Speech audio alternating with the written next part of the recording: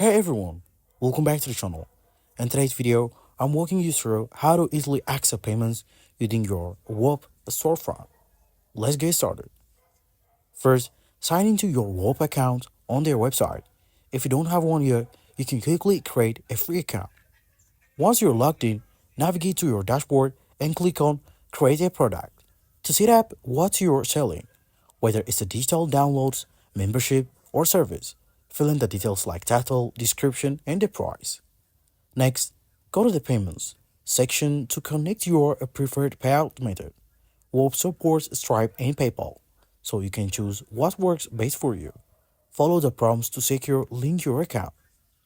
Now customize your storefront by adding your logo, colors, and branding to make it look professional. Whop lets you preview how it will appear to customers before you going live.